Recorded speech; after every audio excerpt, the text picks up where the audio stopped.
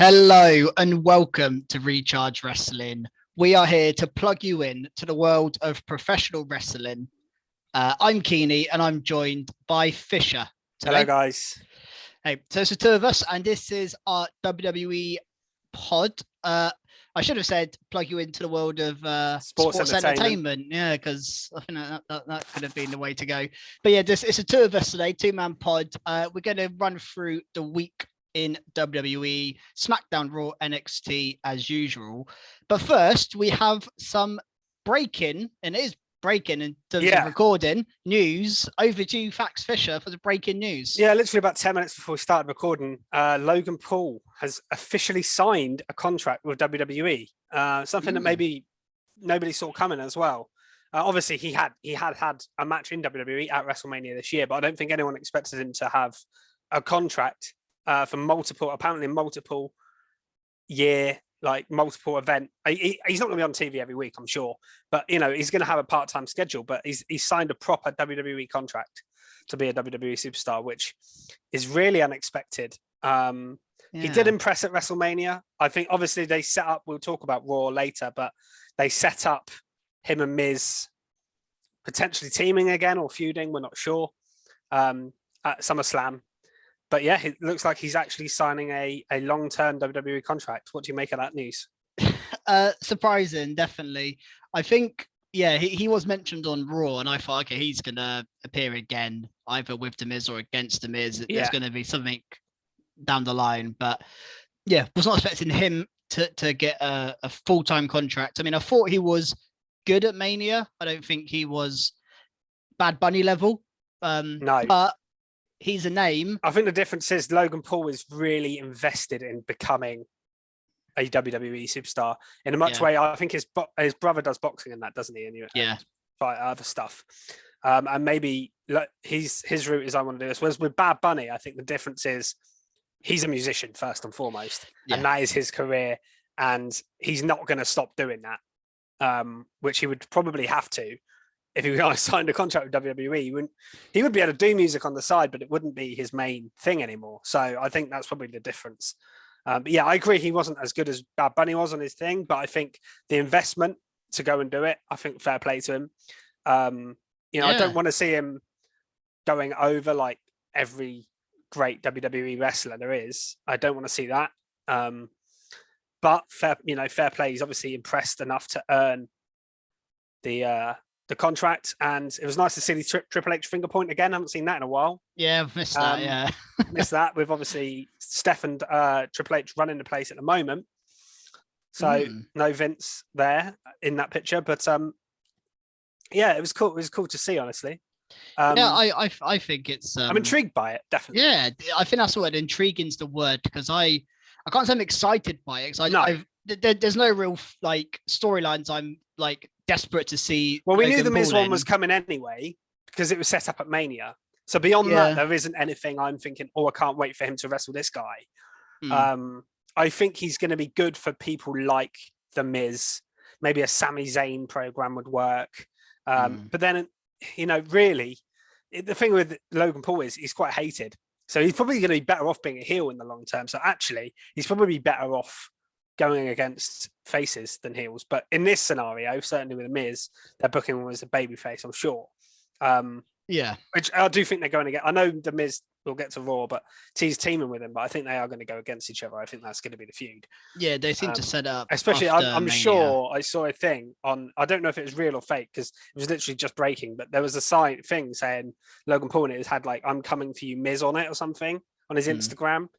And if that's real, then that's suggesting that that's what that was all about. But it's not. I wouldn't say it's really exciting news, but it's intriguing news because we've never had someone from this kind of background ever go into it before.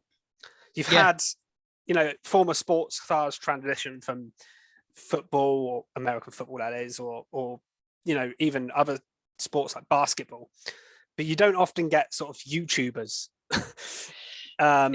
become so big and then get this. It's a very weird route, but if it works, it works, and fair play. Yeah, No, He'll certainly he'll get some new eyes on WWE product, I'm sure, as well. And that's why they've done it. It's the name value, isn't it? So let's move into the week of wrestling, of WWE wrestling. Anyway, we had SmackDown last Friday. What was kind of your standout from SmackDown this week? Well, let's start with the positives because I've got some negatives, but we'll start with the positives. Yeah. Nakamura and Sami Zayn going into a qualifier. And these two just don't have bad matches with each other. They've had, obviously they had a classic in NXT a few years ago, and they've had a couple on SmackDown now that have been really, really good. And this one was also excellent, and it had stakes being a Money in the Bank qualifier, which made it important. Yep. And I'm just glad. I mean, it's a shame for Nakamura in a way, but I'm really glad that Sami Zayn is in the Money in the Bank match. I agree. Actually, that was my thought of this match. I thought it's a good qualifier. It's two people you could see in the Money in the Bank head to head. It's not an obvious win, or so it was a nice matchup. And I think the story of Sami Zayn with the bloodline, I think well, I was going to get to it when we talk about the potential Money in the Bank winners that we've got. And I legitimately think there's 4 storylines you can make on the men's side. On the women's side, not so much. On the men's side of Money in the Bank, I think there's 4 people that if they won it, you could get a good story out of it. And they're probably quite obvious who the 4 are. It's Sammy, Riddle, Drew, and Seth Rollins. So any of those 4 win it, I would be happy, because I think you've got the Sammy protecting the bloodline and then potentially sneakily trying to cash in on Roman at some point down the line. I think could be really good. I think Riddle redemption after him not being able to challenge and being barred from SmackDown is a really good storyline. Drew doesn't need it because he's got the Clash Castle thing, but I think him carrying it would work as a build up to that. And then Seth, I don't really need to explain. We've talked about that enough on this podcast in previous weeks. So I was really happy with that. And I thought the match itself, like I say, was really good. It was. What I like in Sammy's matches now is he keeps trying to win by count out, because he's done it a couple of times, and he got Nakamura down for 9 on the outside. Nakamura snuck in at the last minute. There was some really good countering on roll-ups here. And he ended up winning with a haluva kick kind of out of nowhere when he got back in the ring. Yeah, and it's nice to see Sami Zayn. I know it's quite cool for his character to do the count outs and try all that, but I just like to see Sami Zayn wrestle a good match and just win cleanly against a credible opponent. I mean, can't be the last time that actually happened. It's quite rare. Not since he really lost the Intercontinental title, I guess. Yeah, but I mean, we'll get to it later, but I think there's actually a 5th story they could tell with Money in the Bank. Ooh, we'll get to that later. But yeah, that was good. One of the best parts of SmackDown for me. It was, and obviously Money in the Bank is kind of the pay-per-view this weekend, so that was very a central focus on SmackDown. And we had Drew and Sheamus, who were stripped of their Money in the Bank spots at the start of the show. And then fast forward to the end of the show, they had a tag team match with the Usos to get their spot back in the Money in the Bank, which they did. And I feel like they're maybe turning Sheamus' face here. He definitely seemed to be more face than he has been. And I actually think it's a good role for Sheamus at the moment. I actually wouldn't mind seeing him being face would be weird. It would, but I actually think he should just leave Ridge and Butch behind at this point. They'll be dead in the water if that happens. They would, but I really think... I don't want Butch to be dead. I mean, I don't really care about Ridge Holland. No offense to him. I don't want to see him lose his job or anything, but I'm not a Ridge Holland fan as a wrestler or anything. Pete Dunne, I'm a huge fan. So I would hate to see him get left behind and just sort of never be on SmackDown. I know. And we always moan about, I'm probably the biggest moaner in terms of repeat matches and we see these people together, but it's like different with Drew and Sheamus. I could just watch them either team up or fight or whatever they do. Yeah, they could be in the ring together every week and I would probably not get bored of it. I just love it. And like right now I'm thinking I would love a Drew and Sheamus tag team.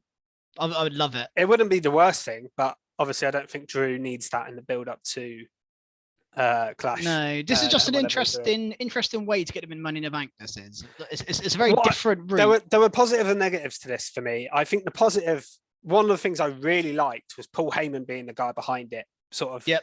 Yeah. Being snide and conniving and going.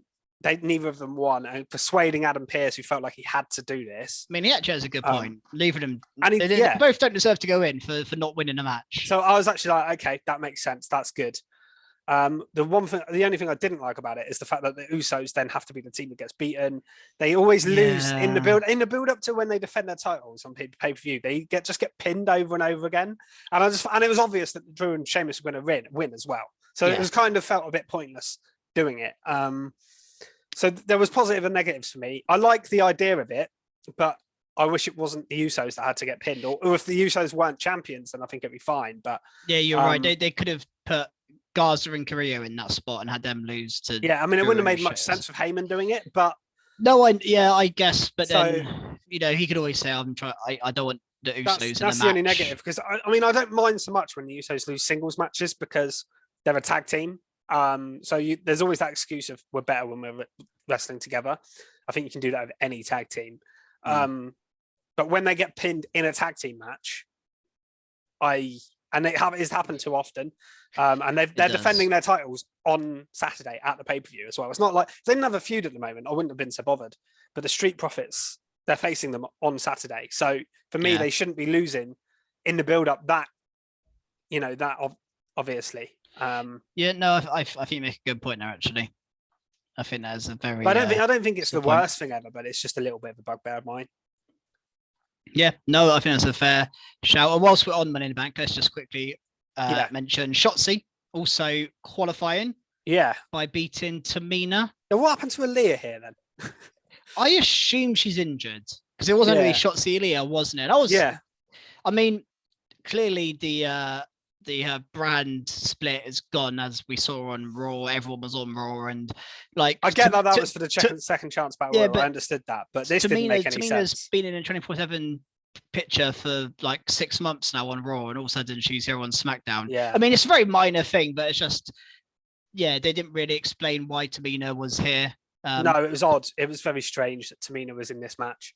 But I think their thinking is no one's gonna care. No one is gonna care. But I think Shotzi is a cool. And I'm glad she's in this match. Yeah, I think we mentioned it last week. I think she actually deserves it because I think she's done really well. I think she's done really well with the screen time she's had. She's only had like little segments backstage with Aaliyah or the other members of the locker room, and she's always, I think, done well with what she's been given on TV. And then she's had a couple of matches as well that she's done okay in. So yeah, I think she deserves the spot in there. And it's not like SmackDown's women's division is littered with star after star either. So I'm glad she's in there. Yeah, I mean, I guess with if Aaliyah's injured or whatever happened to Aaliyah, then I guess there is no one else she could have faced who hasn't already had a qualifier. That is the problem. So she had to go with well, actually, saying that, another one who appeared on SmackDown, who I think we didn't realize was on SmackDown, was Sonya Deville. Yeah. Again, I thought she was on Raw, and I think I don't know what happened there. So she came back here, didn't she? Yeah, I think Adam Pearce actually, or she explained, she's like, I've been on SmackDown for a few weeks and you haven't given me a match. And so she has moved to SmackDown, but then she had a weird handicap match against Raquel and Lacey. Seemed a bit of a weird match. Yeah, you're booking the baby faces as the two and the heel as the one, which is normally a bit backwards. I understand it's Adam Pearce just sort of getting at Sonya, but Sonya did bring Shayna and Xia Li. Yes, actually that did make it good. And I thought that they actually seemed cool together as like a little faction. It's something I wouldn't mind seeing going forward. It gives Xia Li something to do, which I think they badly need. Shayna Baszler's always just in tags and factions, but and I want to see her do more. But right now, if you did do Shayna versus Ronda down the line, one way to make it more believable that Shayna could win is if she had backup against Ronda. That would make, because Shayna's been pinned. At the moment, it doesn't feel like Shayna's believable to beat Ronda, which is a shame because she should be. But if they did something like that and you had Xia and Sonya involved in it, I think that could work as a faction. I know they've obviously, Shayna is still Natalia's tag partner, but they haven't involved her in this feud at all. They did do a little video online of the other day, actually, of Ronda and Shayna Baszler talking and how she's not going to get involved in the feud. I wish they'd shown that on TV. Yeah, that is a good point, actually. Because I said, that I wanted Sonya and Ronda. And you could have involved Shayna in this Sorry, Shayna and Ronda, not Sonya and Ronda.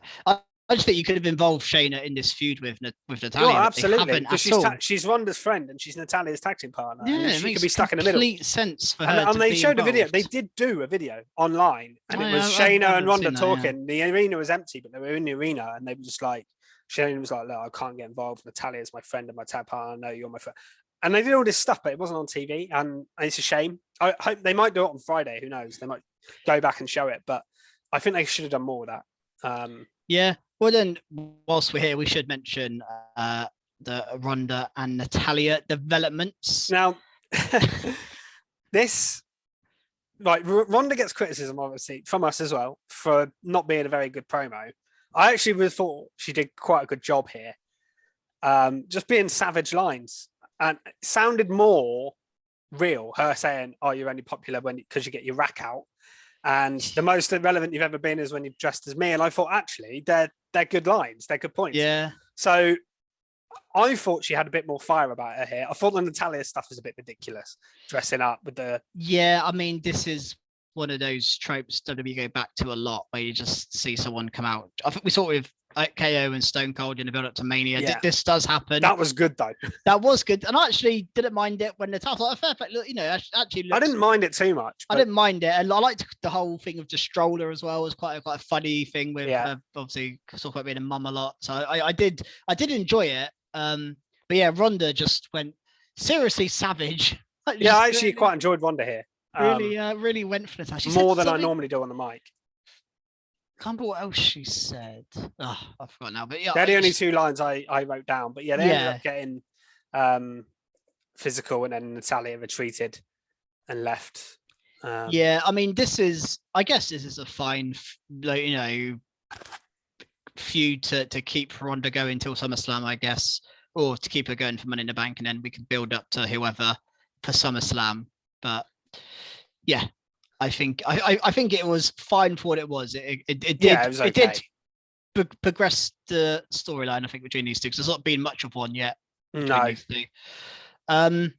One thing as well. Oh, sorry, I was going to move on to a new thing. Yeah. We've been the last couple of weeks. We've mentioned that the Viking Raiders vignettes have been very pointless, but here we got a repackaged Viking Raiders. So yes, that was cool. It was cool, actually. I thought they looked pretty cool here. New Day versus Ginger and Shanky was advertised, and I was like, why are we doing this match again? We did it last week. It's a waste of time. We know what's going to happen. And then what I loved is the New Day even said, no one wants to see this match again. I was like, Xavier Woods knows this, doesn't he? He does know. They do a little dance off, which was fine. You know, they got Shanky to dance. Jinder was getting annoyed, the usual stuff. But then the Viking Raiders music hits, and they come out. Like how it was the chimes, wasn't it? It was like the dum. Yeah. It was just the first bit of that music, and then as they were looking down the ramp, they attacked them, and they just looked awesome with the beatdown. And they did a little promo later on as well. I just thought they looked way better than they have done. Yeah, they again, they're hard one to repackage because they're so ingrained in this Viking character, and there's so many different ways you can present a Viking, I guess. So it's difficult to repackage them fully. Like, they can't come back as like the Funkadactyls. I mean, they're going to be some kind of Vikings. I don't think they've been that charismatic as baby faces as well. So I think them being heels is... Yeah, no, I think it does look better. Their kind of face run when they were doing weird stuff with the Street Profits, and remember they were doing like eating chicken legs. I just don't think they're particularly like, they're not like Otis was, where he's quite funny. They're not really like that. So them being vicious heels, I don't mind that. Although again, I'm sure we've seen it, but the Viking Raiders v the New Day, is this the feud that is this an exciting feud? Like, just... I don't know if we have seen it before. I think they'll have good matches. We might have done, but I mean, there might have been babyface versus babyface, but I don't think we've seen a proper feud between them. Yeah, maybe. My only question was a bit like, well, there's so many heels on SmackDown. Why do we need more heels? Because I feel like there's a real shortage of good babyfaces on SmackDown. I think they just need something for the New Day to do at all times. The New Day are always involved in a feud. If it's not for the tag belts, they had that thing with Sheamus. I'd like to see them have more singles feuds and do more stuff. Like, you could easily do Xavier Woods versus Gunther, for example. at some point, or Kofi Kingston versus Gunther. They don't all. The problem is at the moment, because they're a tag team again, they seem to just pigeonhole them into tag team feuds, and then because they only have like one tag team feud at a time, they just like the Sheamus feud. They just did the same match, just did it over and over and over again because they didn't want to move them on from each other. Oh, and the same with Usos. And I feel like we'll get the same with the Viking Raiders now. I like the feud now. I like the idea of it, but 10 matches later, I'm probably going to be bored of it. Yeah, this is one of those. I liked the Viking Raiders' return. I just don't know if I'd have had them against the New Day as their returning feud. I mean, I'm sure I would predict they're going to win the feud because if they lose to the New Day straight away, then it's almost they're back to square one again. But they'll probably have multiple matches, won't they? It will spread out. Who else is there on SmackDown for them to feud against? You're very, Shanky. Unless you turn Ginger and Shanky face, and Fario's face. They kind of are. I mean, Shanky's a face. Yeah, he feels like one. Yeah, I mean, you just mentioned turning Sheamus in that face. You could have them feud with them.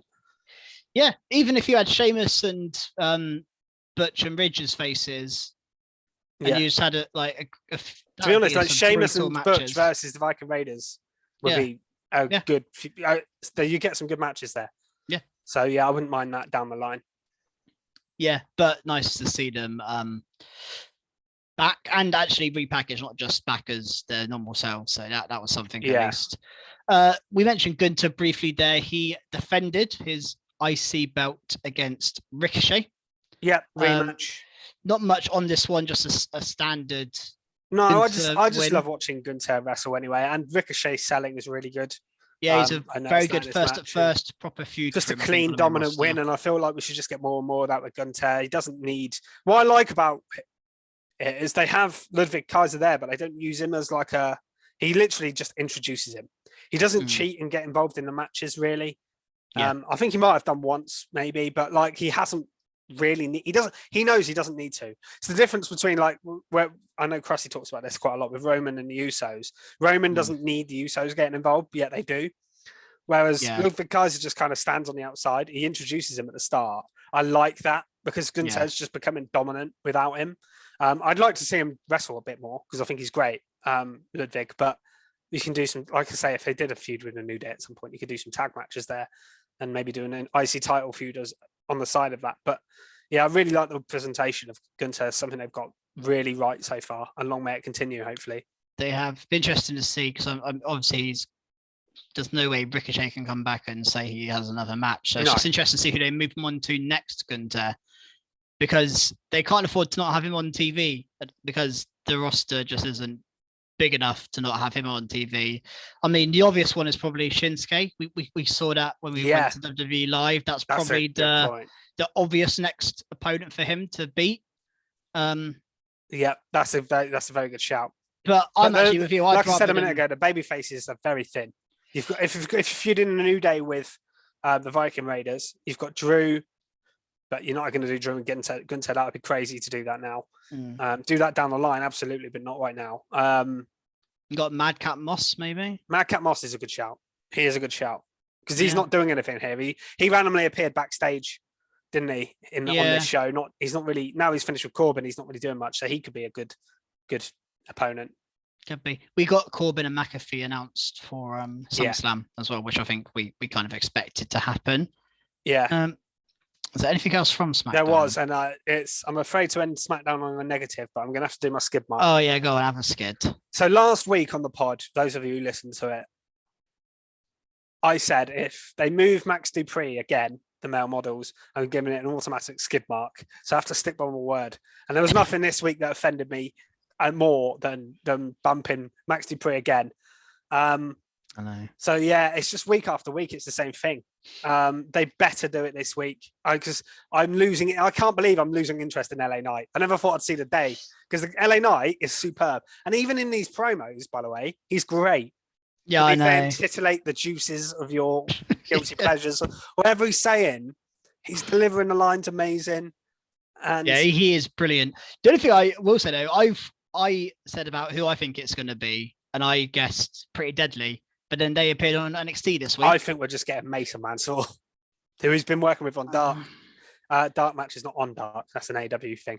Yeah. But yeah, I think we're just going to get that, unfortunately. Well, who knows? Maybe I did see some suggestions online before last weekend that maybe if we got someone big, because as well there was like one thing. It was like, oh, he's gone to Europe to find some talent, and a lot of people said that could be the return of Cesaro because he's from Europe. Yeah. And then obviously Claudio, because him in that could be quite cool, being a new gimmick for him. But obviously he's now back in AEW. So I know you said it, but I'd actually wouldn't mind a repackaged Mace, because I'm okay with that. But we haven't seen him. I just feel like after properly, 4 or 5 weeks of hype, for it to be Mace is very flat. That's why if it was someone new or someone from NXT that you've called up and it'd be like, okay, that's interesting. Yeah. Imagine if it was Giovanni Vinci, for example. Yeah. Like you didn't bring him back on NXT. You'd aired the vignettes maybe on NXT, and then you just introduced him on SmackDown because he's got that gimmick of being like a model. Yeah. That would be amazing. Or you brought back someone from the past, like Tyler Breeze had a kind of gimmick like that in the past. You could just bring him in. Do you know what I mean? Someone like that. Well, what about Ginny, the fashionista for NXT UK? Although it's maximum male models, but oh yeah, that's a key point there. Yeah, so it's male models. There's no, so I was also thinking in Tiffany Stratton as well, but yeah, that wouldn't work. It would, yeah. I'm sure there are people that would be cool, but I've just got a feeling it's going to be Mason Mansour, and I'm just not particularly interested in that. Well, who knows? We'll hopefully see. He can make it work, anything work though, so we'll see. Yeah, I just want to make sure we see him wrestle as well, because he is very good. Yeah, but yeah, as long as he's on the show. And just in a proper feud where you can cut promos on other guys rather than just talking to Pierce backstage. Yep, fair enough. Should we move on to Monday Night Raw? Yeah, or as I've seen it called this week, the Forbidden Raw, because there was a bit of Forbidden Door action on there, wasn't there? There was, yeah. Obviously, all centered around the whole show was a John Cena show essentially. Yeah. His 20-year anniversary celebration, and we did get a little bit back. So let's take this kind of in steps, but he obviously is all backstage. Everyone's welcoming him, even the heels. I saw Dolph Ziggler give him a big cuddle, and it was all a bit. Yeah, I don't like him. The only thing I liked here was Becky Lynch's bit. Oh yeah, she was completely not having it, and I loved that she stayed in character. Do. And you got a couple. I didn't mind Dolph so much because I know he's known Cena. Yeah, just don't need to show. But it's people like TV. Shayna Baszler. Who else was there? There was some others as well. Even the Miz was like, yeah, the Miz was a weird one. Come on, guys. We got Seth come up to him at some point as well, which was a good. But obviously, the one we all expected was Theory. We did get Theory confront him, which I liked. And I thought the point of him coming back on this show was to start a Theory feud. Well, yeah, I was a bit disappointed nothing was set up. They did have that face to face, but there was Cena said nothing. Could just walk away. Yeah, it was 20 years of Cena celebration, and his promo was good when he was in the ring. Everyone was into it, but they didn't set anything up, and I was a bit baffled by that. I know he said he doesn't know when his next match is, but I thought, yeah, you're just saying that, John. Yeah. Later on, you're gonna, because especially when they did Lashley versus Gable Otis, and then Theory as enforcer, the fans were chanting Cena's name. I was like, Cena's gonna come in and help Lashley, right? Surely, and he didn't. He just watched, and Lashley beat them all up on his own anyway, so he didn't need his help. Maybe that's why they did it. They didn't want to make Lashley look like he needed Cena's help. But yeah, although there's questions. It was 3-on-1. It was 3-on-1. You could have had Lashley struggling a little bit, and then Cena come in and just like confront Lashley and let Theory run off. Confront Theory, and then Theory just leg it. But what I did like is how Theory did confront him. Theory went up to him backstage and was in his face, and I said it before, I just think Theory looks the part. He just everything he does just he doesn't feel out of place with John Cena. And that's a mad thing to say for someone who's so young and still quite green on the main roster, that I think he looked like he belonged with John Cena on the screen, which not everyone does. So yeah, I thought that was decent. What I loved as well with the Rollins bit. We know it ages ago when we got that Rollins-Romans feud, and he did the shield knock as he went in to give away that it was him. He did the Cena, his laugh, but he did it in Cena's theme music. Yeah. It's just little details there that are brilliant. But yeah, Rollins the use of Cena was good. Like he did a bit with Street Profits as well earlier on in the show. Like the use of him was good in the show. But I confused why they didn't set anything up. The promo itself. I mean, even his promo didn't really achieve anything. No, it was just there to. It felt like it was there to pop a rating and just for Cena to have his moment with the fans. I liked the bit as well. He had a segment with Ezekiel, didn't he, at one point? Oh yeah, we didn't get much of Ezekiel, Elias, or Elrod. That was we were meant to get Kevin Owens versus Ezekiel was a Money in the Bank qualifier, which was rescheduled. Owens wasn't on Raw. I believe there was a minor injury or something like that, which was why. But I'm not sure. Maybe we'll get that on SmackDown because there's still a spot left for Money in the Bank. There is still a spot left. But yeah, what was interesting with the Cena stuff, really, the main talking point was the fact that we got AEW people sending in messages. I didn't expect to see Daniel Bryan pop up. Chris Jericho as Daniel Bryan, not Bryan Danielson. And then Chris Jericho looking like he was backstage at Forbidden Door. By the way, he probably was. That's what it looked like it was. And then the Big Show as well, who's not. To be fair, I don't think of him as an AEW guy. Yeah, I mean, unless you watch Dark Elevation, you're not going to know he's on the show because he commentates on there, doesn't he? Or he did anyway. He doesn't do much with AEW really. No, he is. Yeah. But yeah, no, it was good. It was nice. It was nice. It was nice of obviously Tony Khan to allow that. It was good of WWE to try and get AEW guys and not be afraid to put them on TV as well. Because essentially now, when you see Chris Jericho and you see Daniel Bryan, you think of AEW. You don't think of especially Chris Jericho. Well, Jericho has appeared on WWE TV fairly recently with the Stone Cold thing, and he mentioned AEW on there. So they're obviously still good terms with Jericho. Yeah, clearly still good terms with Brian, he knew that there's always going to be respect there. Plus, obviously, the relationship. He left on good terms, and the relationship with the Bellas as well, and stuff. So there's obviously a lot of and the Big Show. I don't think has he worked there for God knows how many years. So it was people you'd expect. It would have been crazy if you'd have seen more like of a John Moxley or imagine CM Punk popping up. Unbelievable. It's never going to happen, but people like that but you wouldn't expect to see. But it was cool. I just thought it was a cool thing. It was, and we got another weird, not that weird, but Vince McMahon came out again and introduced I Cena. forgot he even did that actually. He introduced him, and this is literally. But again, I don't really know why he's doing it, but he did. But what was interesting is he scampered off very quickly when John Cena came down. Like, it's a bit weird, like how quickly he left. You thought he might give Cena a hug and then walk off, but as soon as Cena's music hit, he was off. He was gone. Vince. I don't know if you can read into that at all, but yeah, just again another weird Vince McMahon appearance, which is becoming a weekly occurrence at the moment on WWE TV. Yeah. There's not much more saying that. Should we get into Money in the Bank again? Because we got another qualifier. Like big battle royal. We actually got two qualifiers, but one to open, one to end the show. We had a battle royal to open the show. I like this battle royal. I thought it was pretty good. 20-man battle royal with some decent names in there. I was going to say it wasn't like jobbers necessarily. I don't think they have many jobbers left, really. You did have your T-bars, and he went well far, by the way. T-bar. Yeah, he was in the last 6. Right towards the end, yeah. I think he was in the last 6 because I writ the names down. Oh no, he was last 7. Because I've written the last 6 down and he was eliminated just before. Yeah. So, you had obviously Riddle who won it. You had AJ Styles in there. You had Nakamura in there. You had Ricochet, who's just been Intercontinental Champion. You had The Miz. Dolph Ziggler, The Miz. Veer Mahan. Veer was in there. The Mysterios.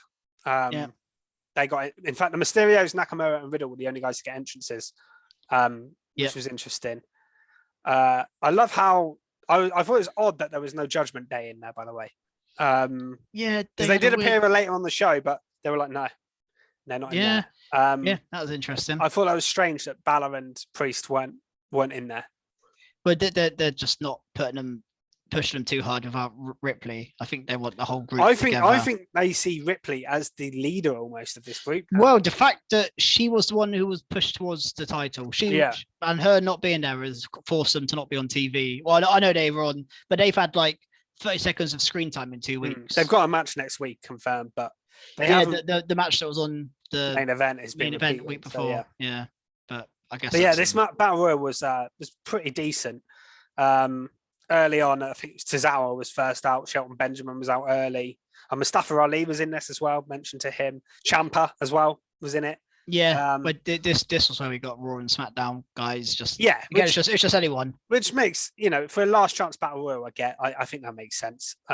You couldn't really do a Battle Royal and just put Raw guys in it anyway, because it'd only be like 10 people. It's not really worth. Yeah, no, you're probably right. And I think also we got the right guy winning. I think Riddle. Yeah, I think Riddle. I thought it was going to be between Riddle and Style. I thought it was going to be Riddle or AJ, and they were the last two. So.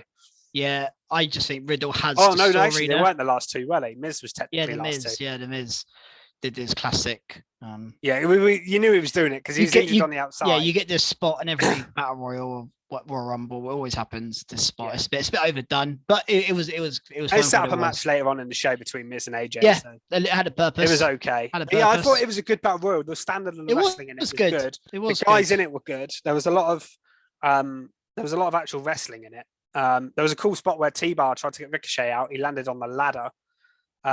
Ricochet then jumped back in and did a Hurricane Rana to eliminate T-Bar. Cool, And that was when we got the last six, which was Ricochet, Riddle, AJ, The Miz, Nakamura, and Dolph Ziggler. Dolph got a good show in. He hasn't been on TV much until recently, so that was good. Yeah, good for him. We also, there was an elimination that I think was meant to be a spot when Ray got pushed off the apron. Oh yeah, it looked like it, he jumped towards the tried to grab onto the thingy, and he obviously couldn't. If that's the second time we saw Kofi do that. The exact same type of spot as well. Maybe they just don't try that because it doesn't. Yeah, I don't think it wasn't as obvious as Kofi's one, but and also we've seen it before. So to do it again, you lose the wow factor. So I don't think you need. If you're going to get anyone to do it as well, do Ricochet. I know Ricochet did the ladder thing, but Ricochet feels like the one guy who can pull it off. So get him to do it. Yeah, although Kofi's been doing it. Kofi's done loads of good stuff, but yeah, Ricochet's like extra, isn't he? He's crazy. He is mad. And before we move on to the women's side of Money in the Bank, I do want to just mention, because I said there may be a fifth storyline. Oh yeah, you did. For Money in the Bank. And I'm talking about Cody Rhodes. I'm not ruling him out. I watched a Money in the Bank predictions video earlier, actually, and then someone mentioned, what are the odds of Cody doing a Lesnar? Where Ali was looking at the thing, and then his music. Oh, there is one spot left still. We don't know what's happened on SmackDown yet, so let's wait till SmackDown happens. But if they go into Money in the Bank with mystery seventh person, that's Cody Rhodes. And I don't think it will be, even if it is the mystery person. He can't. He's just after having that surgery. I know he did that match with the injury, but after having a surgery, I don't think he can even reach up the ladder and reach the belt. I don't think he should even be reaching up.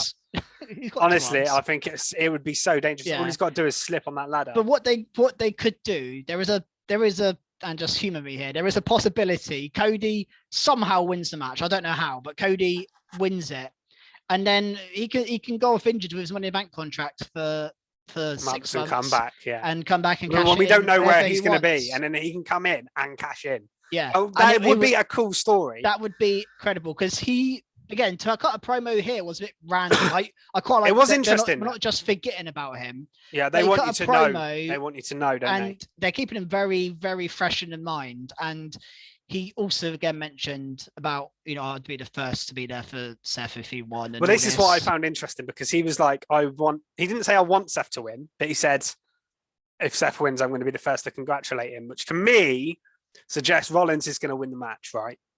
I think Rollins is the most likely. I think Rollins is going to win a match. We're going to get next Monday on Raw. We'll get Cody cut another video interview promo from home, saying, I hope you're champion, because when I come back, I'll be coming for you. And then he can win the belt down the line. Cody can come back at the Rumble, win the Rumble, and set up that match again for the title, like we suggested. And that would be a good way to keep Cody on TV. And all I'm saying is, I just think there is a possibility that Cody Rhodes. I don't think I think we'll get the seventh person confirmed on SmackDown anyway. But if we don't, then I can see it. The only person I can maybe see it being is someone like Cena, because he's there. Or like Logan Paul or something. But I feel like if Cena was to do it, he'd probably win the Money in the Bank, and I just don't want that. Or Brock will have the opening match. Well, I was going to say Brock, but then I remembered he's already got the match set up at SummerSlam, so that would be even worse. They just throw Brock, give Brock anything, don't they? So. To be fair, they already had the match pretty much set up for Mania, and then he still won the Rumble, so who knows? Yeah, exactly. We didn't need to win a Rumble. And he's done it before when he's not been in the match as well, in the Money in the Bank. So you can never rule out Brock Lesnar winning it, even if he's not in the match. Definitely. So onto the women's side, and we had a match I quite like. We don't see many of these. A 6-person, 6-woman eliminator match where all 6 of them there, but pinfall submission, and you're eliminated. The 6, losers, I guess. I don't know. Doudrop, Nikki, Tamina, Xylee, Shayna Baszler, and Becky Lynch. And it's no surprise that Becky Lynch won of it now. No, I mean, obvious. So obvious, really. Especially with the other 5. That was my only main thing about this match, was it was quite obvious Becky was winning. I thought the match was really good. I thought Doudrop got a really good show in here. She tends to get a good show in Doudrop. I think they do see something in her. I thought she looked really good. But yeah, Becky did get 2 eliminations, didn't she? She did a big elbow drop on Tamina, who she eliminated Shayna and Tamina. And Shayna, who's the other sort of big person in there. Becky eliminated Xylee, got eliminated very early. Yeah, she eliminated Xylee and Nikki. Then Nikki got took out, and then obviously Becky beat Doudrop with a good look. Manhandle slam avalanche style, so that was good. It was only given like 12 minutes or something, which I think for a 6-person elimination match needs to be a little bit longer. That was my only another criticism of this match was if you're doing eliminations, you're gonna have to eliminate people fast, and Xylee lasted like a minute, and I felt a bit bad for her. Xylee, not unfortunately she's just not thought highly enough of to worry about her being protected. But I think the story of Becky Lynch is good, and again, I think I wonder if they're thinking of turning her face. I think they would have to be considering it, because she got a fairly decent reaction, and I just think I think she'll win Money in the Bank. I mean, I haven't predicted yet, but I'd put my predictions up. Check them out on Twitter at HR's Wrestling. Yeah, I will do mine. I was torn on the. I think I'm going to wait till Friday. This is why I kind of wanted to. I was going to suggest we do 2 votes, because you have your first pick and second. Because I wanted Becky in my 2 votes, but I wanted to put someone new that hasn't been a champ before in that.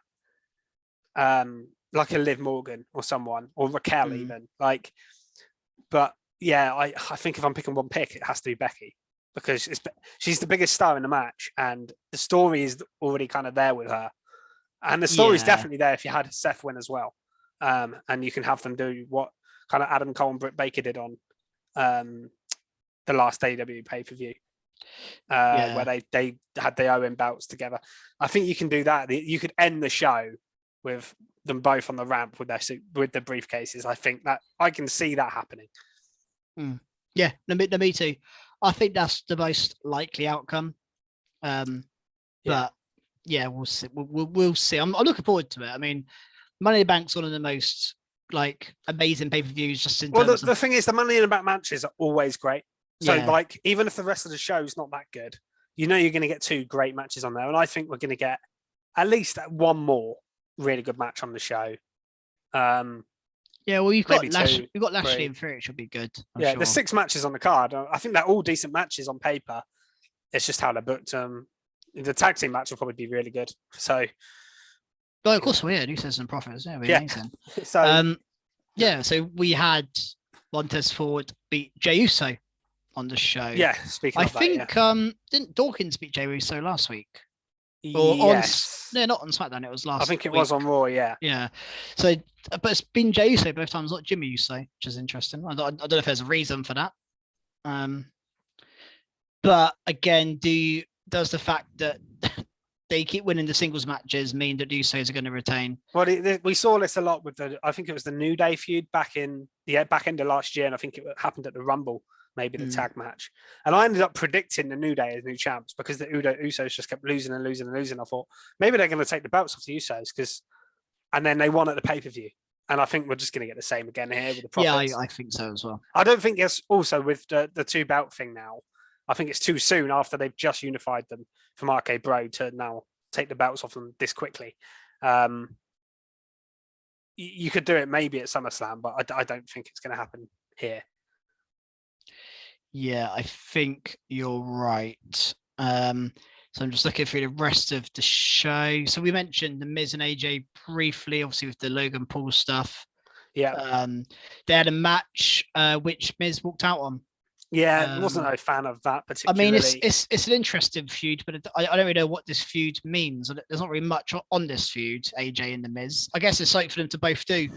Yeah, I think we're filling wasting time until the Logan Paul thing happens. Maybe we're going to get Miz and AJ we'll have them have another match, and then maybe Logan Paul's going to cost the Miz or help the Miz, whichever way you go. I mean, maybe depending on how the US title goes, you could move AJ on to Theory next if Theory retains.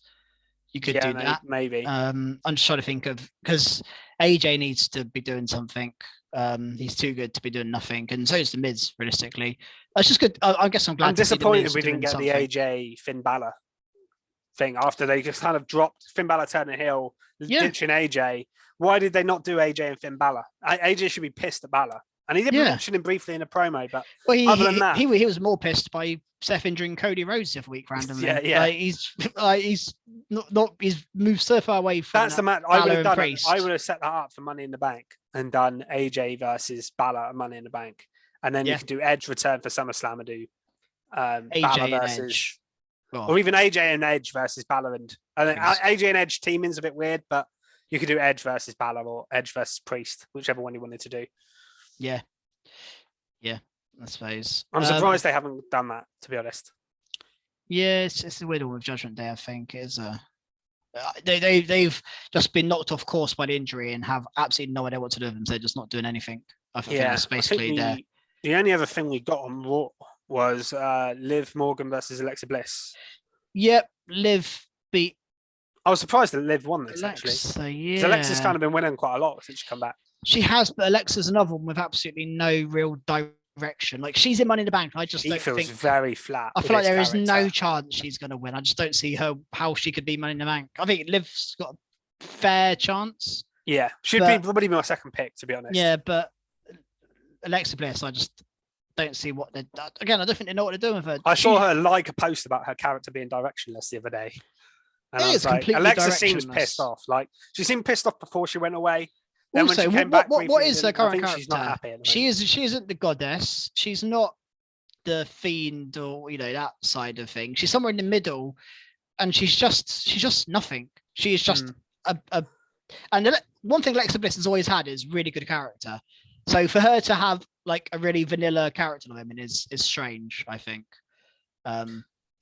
Personally, I think I said before, I'd move her to SmackDown, get her over there. There's a lot more for her to do over there. You could get her in a I think feud with Ronda on Raw with Asuka, with Becky, with Belair.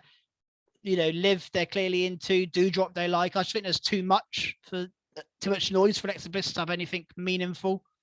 Whereas SmackDown, I mean, they're struggling. You got Raquel and Shayna, or as like the top.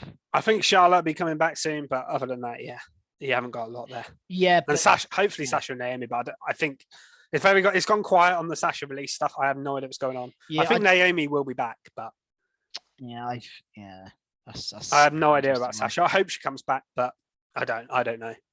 It's gone very quiet on it. Yeah, and apparently it's still listed on the roster. That's good, but who knows?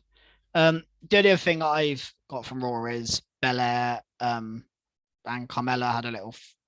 Oh yeah, there was nothing really to face off. Nothing gone down again. This is a very, very, very cold match. I do like Carmella's new Titantron and look that she went for here. Yep, it's quite cool. I think Carmella's presentation looks better. Obviously, when she had the mask thing she was doing, that was crap. When she was with Selena, that was crap. I actually saw her tweet the other day. You've probably seen it as well, where she mentioned she's like, I've been with a guy with no chin. I've been doing dance for extra matches. I've had a mask. Like anything I do, I make work. I was like, actually, fair play. She actually does most of the time.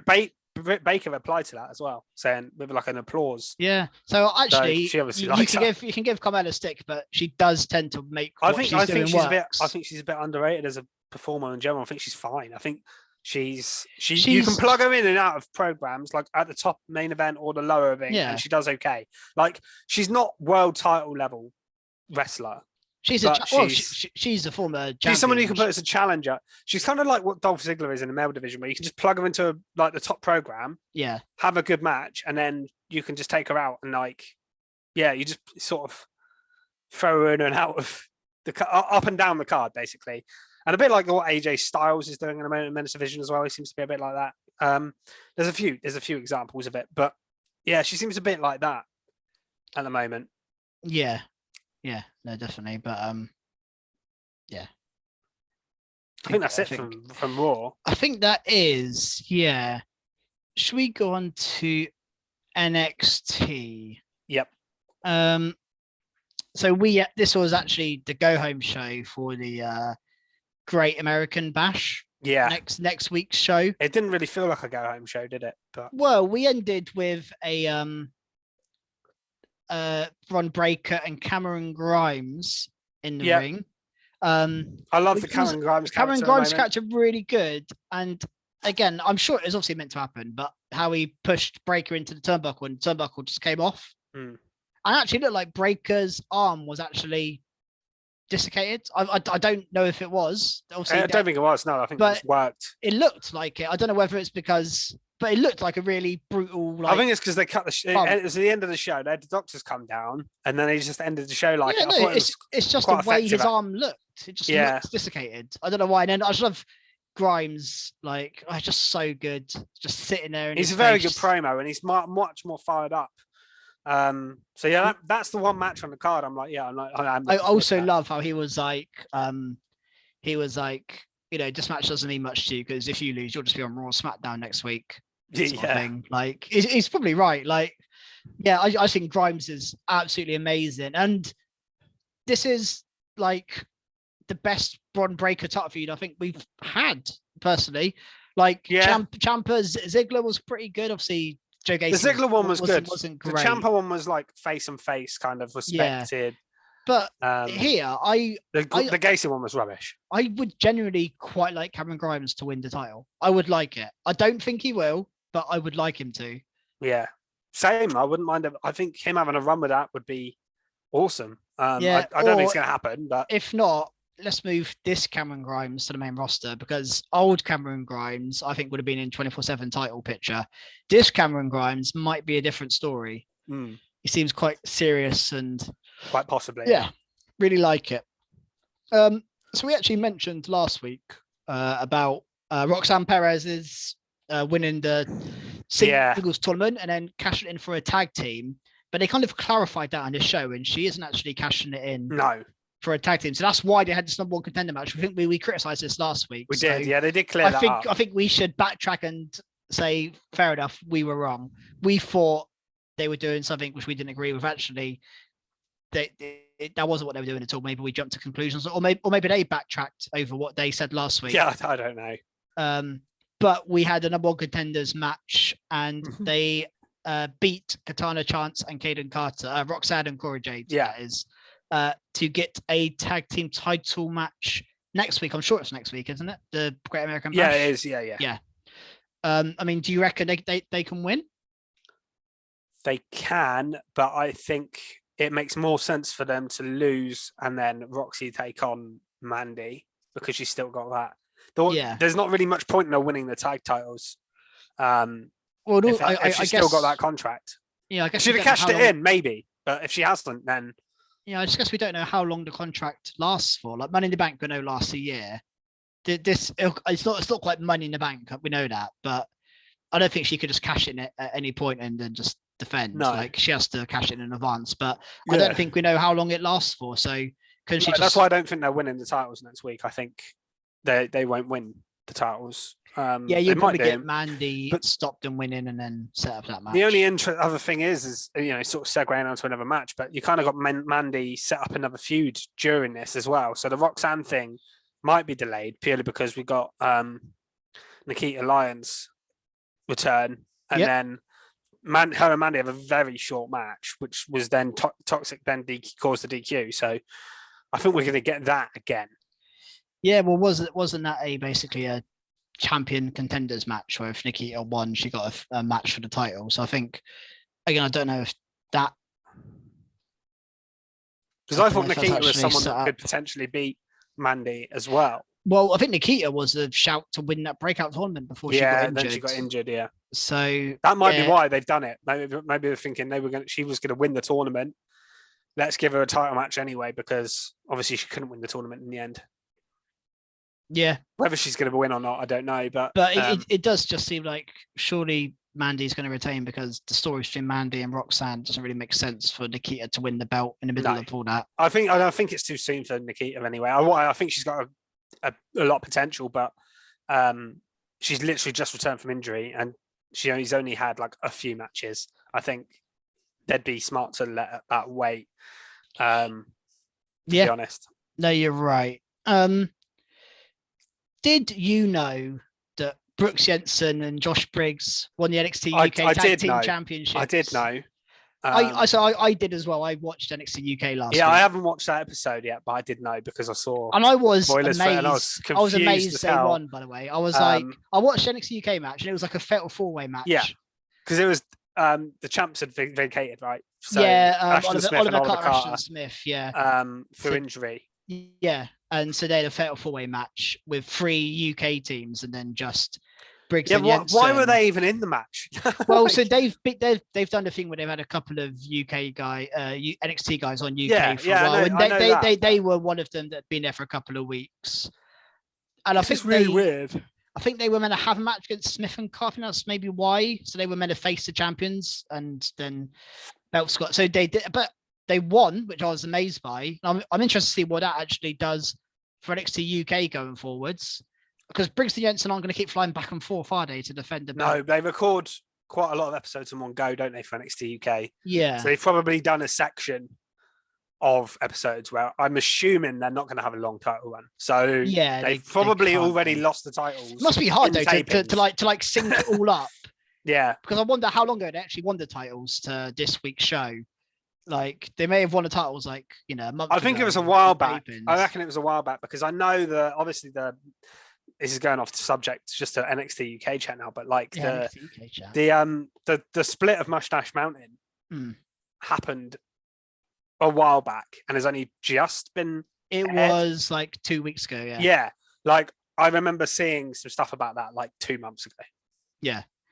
That's the thing. That's why I don't watch NXT UK every week, because I know what's going to happen in advance, and then I also forget it's on. Go on Twitter because it's on at UK time at like 8 o'clock in the evening. Yeah, so see loads of spoilers. Finish the pod, go on Twitter. NXT UK stuff. So that's why I don't watch it every week, because if I know there's going to be a really good match, I'll watch it. I try and keep up with it every now and then, but it's hard to watch it every week when you see so much spoilers for it. There's definitely. I mean, NXT UK, a lot of it isn't that.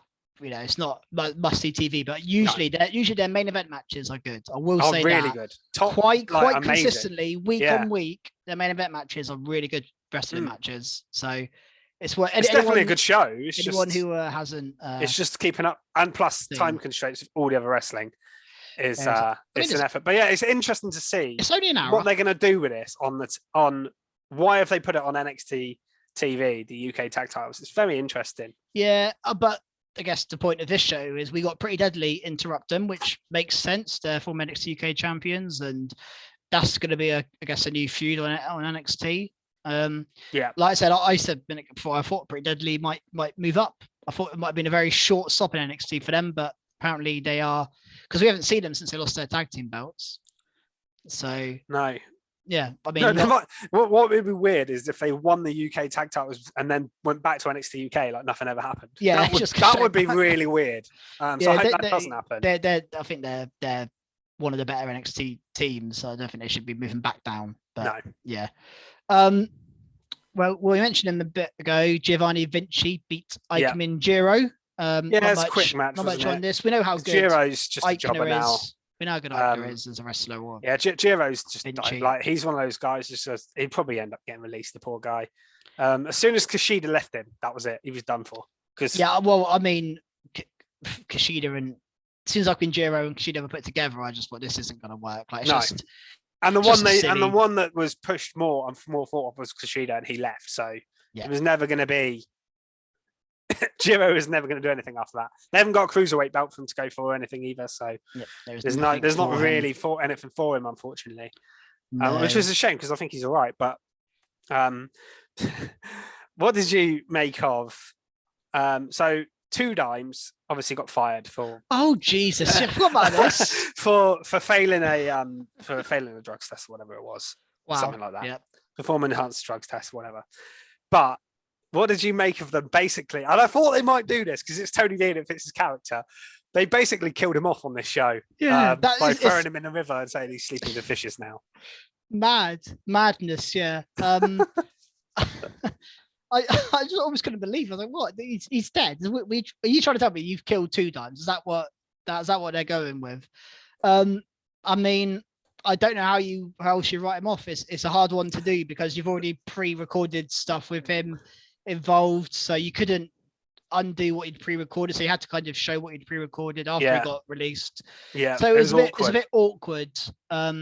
So yeah, I mean, I'm not against it. But I thought they might have a beatdown angle where, like, I don't know. Well, like I said, you could just beat up anyone. But they didn't want him there, did they? They obviously didn't want to have him on anything else afterwards. So they had to kind of come up with something where he wasn't there. So the easiest thing to do was pretend he was dead.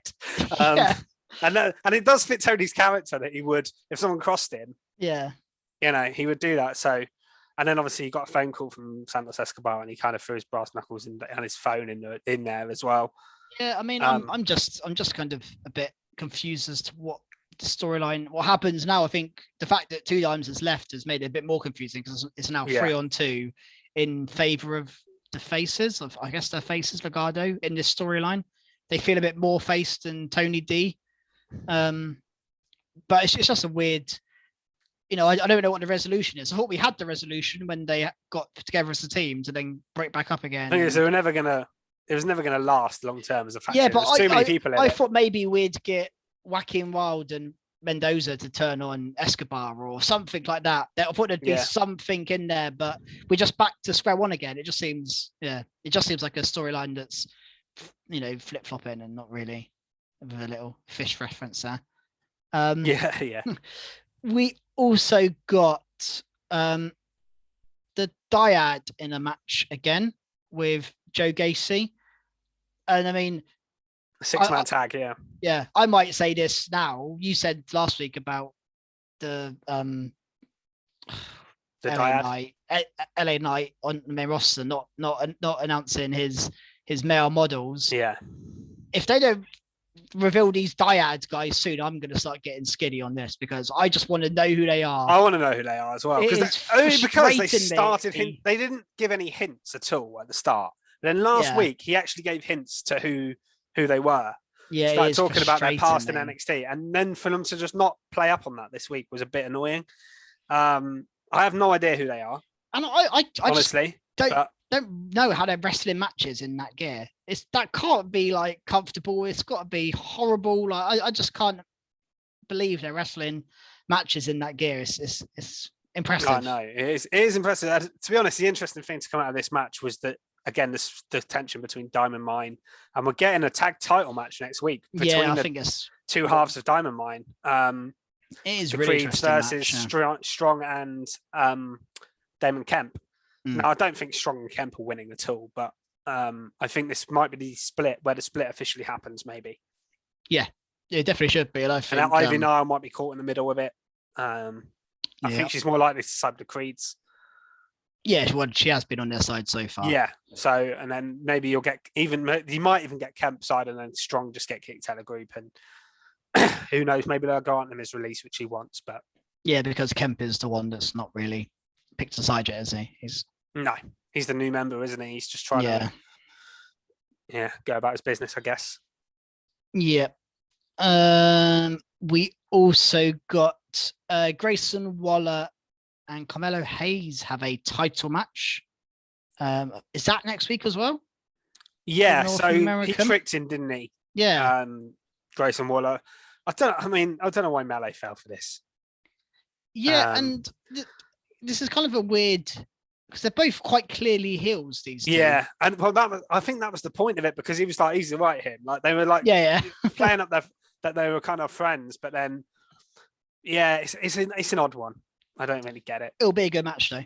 We know it will be a good match. Yeah. I'm sure about that. Yeah, I mean, Mello's great. Grayson Waller's proven himself, I think, to be pretty good as well. So, yeah, the match will be good. It's just a bit random the way it came about. There wasn't a lot else from there, but there was a Lash Legend bit which confused me. Oh, yeah. Where she spoke about Alba Fire, and she said she's put her permanently on the shelf. Now, I haven't heard anything about Alba Fire being injured, or if this was, and that was why they did the angle last week. But I hope there's not anything going on there with Alba Fire, because she's great. Yeah, she's probably the best NXT female superstar. Yeah, I mean, other than Toxic Attraction, there isn't that many other people that I like Cora and Roxanne as well, maybe. Well, who knows where Io Shirai is but, as well. Oh, she's apparently due back soon. Her and Zoe Stark both due back. Io Shirai is a big one. She's the best, but by far. But, I read something the other day about her and Zoe Stark both being like cleared now, pretty much, to come back. So whether they'll come back together as a team or they'll come back separately, I don't know. But I forgot about Zoe Stark, to be honest with you. So did I. I forgot her name. I forgot about her completely. But yeah. Yeah. We had a couple of doses of Zion Quinn on this show. Yeah. He lost to Sanga. The match Sanga looked quite good, I thought. I think Sanga looks really good when he wrestles now.